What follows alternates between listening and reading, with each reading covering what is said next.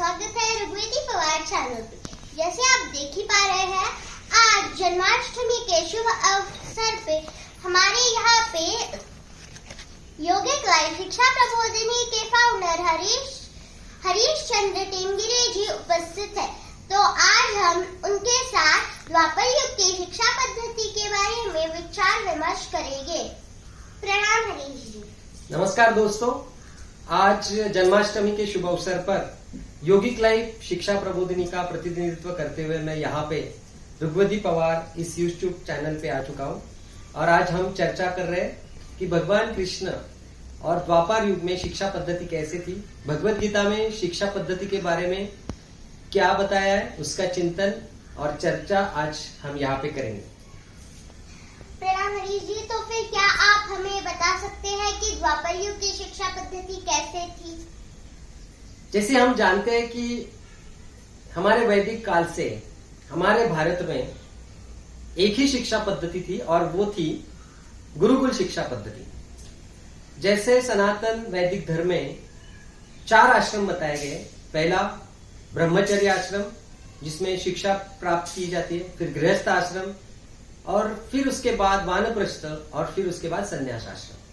हर आश्रम की एक विशेष व्यवस्था बनाई है। उसमें जो प्रथम आश्रम है ब्रह्मचर्य यानी शिक्षा, जिसमें गुरु के पास जाके शिक्षा ली जाती थी। तो सबसे महत्वपूर्ण था कि शिक्षा पद्धति गुरु के पास लेके जाके सीखना। ये तब तक चला 1835 तक। 1835 में दूसरी शिक्षा पद्धति का भारत में अतिक्रमण हुआ। ये हमने स्वीकार नहीं किया, ये हमें यहाँ पे जानना पड़ेगा। इसका अतिक्रमण किया हुआ है अंग्रेजों ने भारत के ऊपर 1835 में। एक बहुत ही कूटनीति तज्ञ ऐसे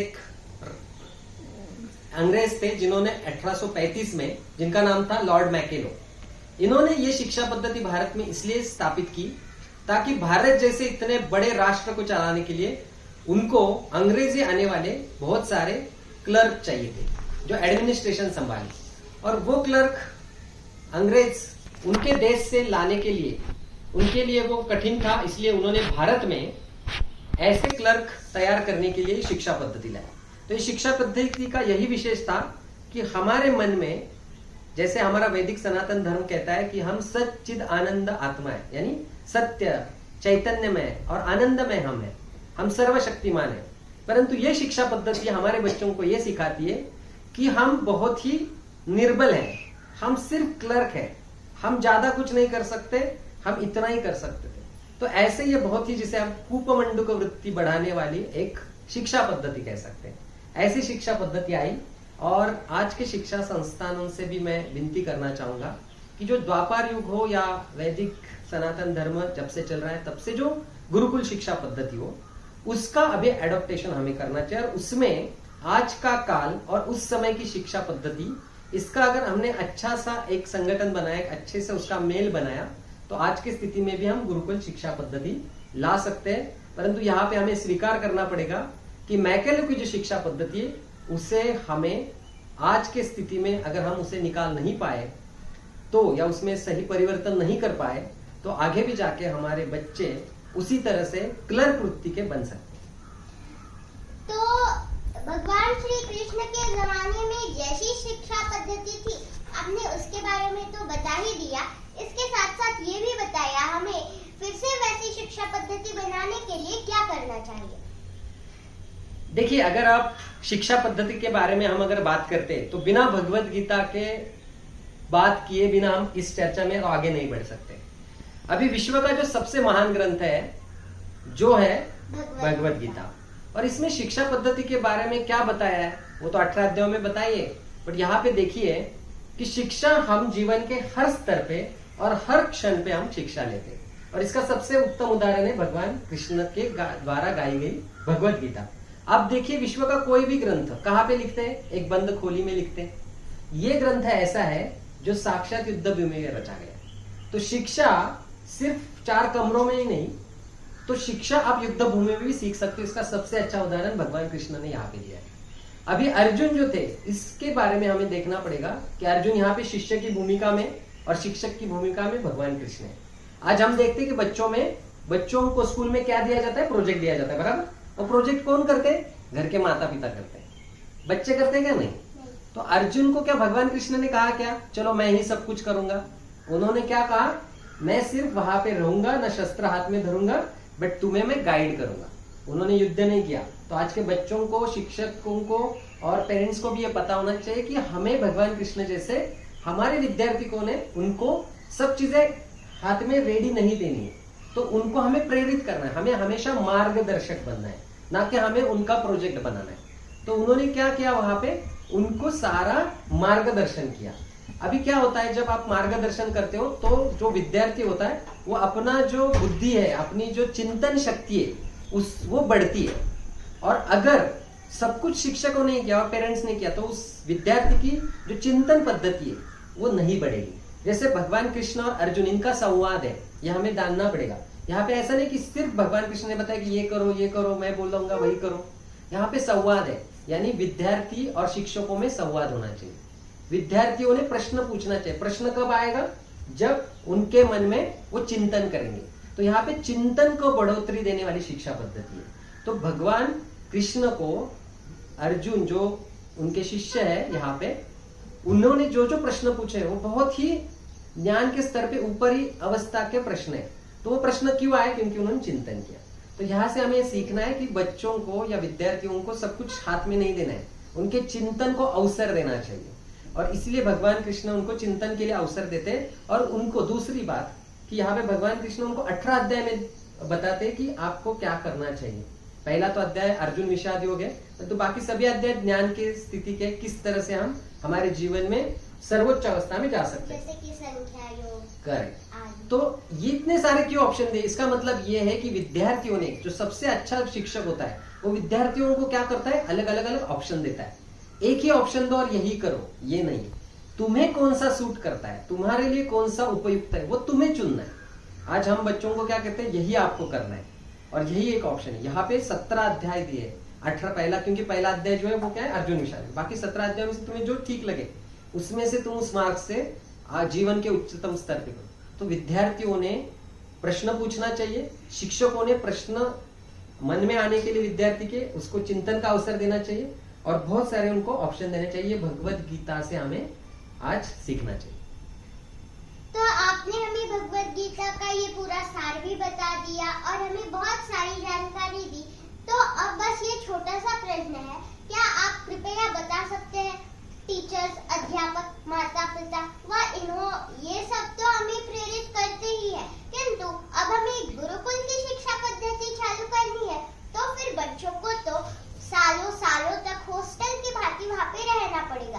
तो बच्चे इस जमाने के ऐसा तो नहीं कर पाएंगे, क्योंकि अब उनका एक अलग ही एडेप्टेशन बना है। तो फिर हमें क्या करना चाहिए? बहुत अच्छा प्रश्न पूछा है ऋग्वेदी जी ने। आपने इतने छोटे से आयु में इतना अच्छा आप सोच रहे हो, इसके लिए मैं आपको और आपके माता पिता और आपके शिक्षकों को भी बहुत प्रणाम करता हूँ कि आपकी इतनी ऊंची सोच है और इतना ऊंचा चिंतन है।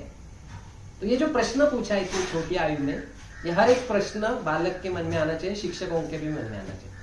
अभी देखिए, जब आज की स्थिति में क्या ये प्रासंगिक है कि बच्चे जाके गुरुकुल में रहेंगे? तो बिल्कुल नहीं।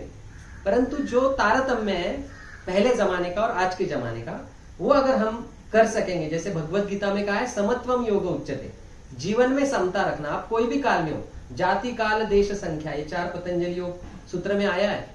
तो उसका तारतम्य रखते हुए हमें जीवन में परिवर्तन करना चाहिए।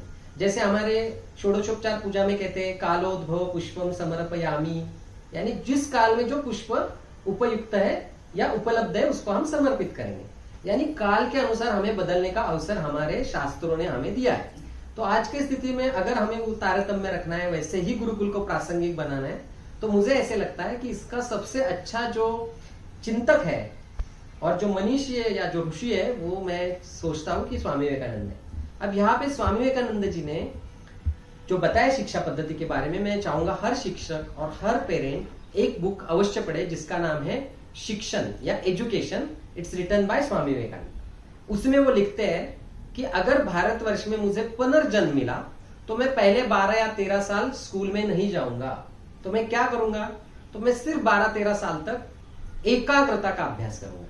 और जिस दिन मुझे एकाग्रता प्राप्त होगी फिर ध्यान से, एकाग्रता का अभ्यास करते हुए, चिंतन से, मन से, उसके बाद 1 साल में ही सारे सब्जेक्ट मैं सीख दूंगा। यानी हमें यह पता होना चाहिए गुरुकुल शिक्षा पद्धति का मुख्य उद्देश्य था एकाग्रता। और जैसे हम कहते हैं एकाग्रता यशो बीजम, सभी यश का जो मूल है, जो बीज है, वो क्या है? एकाग्रता है। तो पहले हमें बच्चों को एकाग्रता सिखानी चाहिए। अब बच्चे एकाग्रता कहाँ सीखेंगे? तो एक तो शिक्षा पद्धति में यानी स्कूल में जाके, और दूसरा है घर में। तो अगर हमें गुरुकुल में बच्चों को नहीं भेजना है या गुरुकुल अभी नहीं स्थापित कर रहे, तो वो 2 ही जगह पे होते हैं। एक तो स्कूल में रहते 6-7 घंटे और 7-8 घंटे घर पे रहते। इन दोनों भी इसमें अगर उनको अवसर मिले एकाग्रता का, तो शायद हम गुरुकुल शिक्षा पद्धति जैसा आज भी उतने मेधावान विद्यार्थी बना सकते हैं। तो ये एकाग्रता का अभ्यास सबसे इंपॉर्टेंट। तो एकाग्रता कैसे कर सकते हैं? जैसे आप कोई काम कर रहे हो, तो आप काम करते समय आपको कोई भी डिस्ट्रैक्शन नहीं चाहिए, बस उस पर फोकस करके वो काम करो। दूसरा, रोज आज स्थिर बैठो, स्थिर बैठना है। फिर उसके बाद आपका जो आंखें वो बंद करनी है और श्वसन पे ध्यान रखना है। इसका रोज 15 मिनट हर विद्यार्थी ने अभ्यास करना है। और दूसरा, जो भी वो काम करेगा, खाना हो, चलना हो, खेलना हो, जो भी वो काम करेगा उसमें 100% फोकस से करना है। उससे एकाग्रता को शक्ति माना है। वो शक्ति जितनी बढ़ेगी, अगर आप शक्तिवान हो गए तो आप कोई भी चीज उठा सकते हो। ऐसे एकाग्रता की शक्ति से आप क्या कर सकते हो? एक पाठी हो सकते हो। यानी एक बार पढ़ने से आपके क्या होता है? दिमाग में बैठता है। और दूसरी शक्ति चिंतन की शक्ति। चिंतन की शक्ति यानी कोई भी अगर प्रश्न मन में आता है तो वो उसका उत्तर ढूंढने की जो एक प्रयास है, उसको चिंतन कहा गया है। और चिंतन से और एकाग्रता की शक्ति से ही विद्यार्थी मेधावान बन सकता है। और मेधावान बनने के लिए आहार भी बहुत महत्वपूर्ण है। गुरुकुल शिक्षा पद्धति क्यों थी? क्योंकि वहां पे रह के उनका आहार क्या होगा, उनकी दिनचर्या क्या होगी, वो बताया जाता था, या उस तरह से वो उसे फॉलो करते थे। अगर घर में अगर विद्यार्थी सूर्योदय से पहले उठेंगे, दिन शुरू करेंगे, तो गुरुकुल जैसी शिक्षा पद्धति हो जाएगी। रात को सही समय पे खाना खाएंगे, सही समय पे वो एकाग्रता का अभ्यास करेंगे। तो जो गुरुकुल पद्धति थी वही आप घर पे भी कर सकते हो, और शिक्षकों ने भी और जो सारे शिक्षा संस्थान है उन्होंने भी उसी तरह का खान पान अगर बच्चों को दिया। क्योंकि हमारा आहार बहुत महत्वपूर्ण है। जिस विद्यार्थी को मेधावान बनना है, जिसकी एकाग्रता और चिंतन की शक्ति बढ़ानी है, उसने सात्विक आहार लेना बहुत आवश्यक है। उसी के साथ उसने स्निग्ध आहार लेना बहुत आवश्यक है, और मन को प्रसन्न करना भी बहुत आवश्यक है। तो वही 5000 10,000 साल पहले जो शिक्षा पद्धति है, वो हम हमारे घर में और स्कूल में दोनों में भी तारतम्य रख के हम अभी भी उसको फॉलो कर सकते हैं। धन्यवाद, आपने हमें इतना सब कुछ बताया। अब बस एक आखिरी प्रश्न, आपको इस चैनल पे आके कैसा लगा? धन्यवाद। ये जो चैनल है ऋग्वेदी पवार, ये YouTube चैनल मैं खुद बहुत दिन से फॉलो करता हूँ। और ऋग्वेदी इतने छोटे आयु में, जैसे संस्कृत ग्रंथ है, उपनिषद है, कथाएं है, पुराण है, इनके ऊपर बहुत अच्छे अच्छे एक वीडियोस बनाती है, जो इतने कम आयु में वो बनाती है। इसलिए मैंने पहले ही बोला, उनको, उनके टीचर्स को, उनके पेरेंट्स को मैं बहुत धन्यवाद देता हूँ। और ये चैनल सभी बच्चों ने देख के इससे प्रेरणा लेनी चाहिए। और आपको भी अगर कुछ लगे कि कोई वीडियो आपको बनाना है, तो आप उनको रिक्वेस्ट कीजिए, वो बनाएगी। और आज फिर से जन्माष्टमी के अवसर पर भगवान कृष्ण जो है, और उनकी और भगवत गीता और तथा द्वापर युग, इन सभी में किस तरह से शिक्षा पद्धति पे चिंतन किया गया, किस तरह की शिक्षा पद्धति थी, भगवत गीता से हमें शिक्षा के बारे में क्या सोचना चाहिए, ये आज हमने यहाँ पे चर्चा की। इसलिए ऋग्वेदी जी, आपका बहुत धन्यवाद।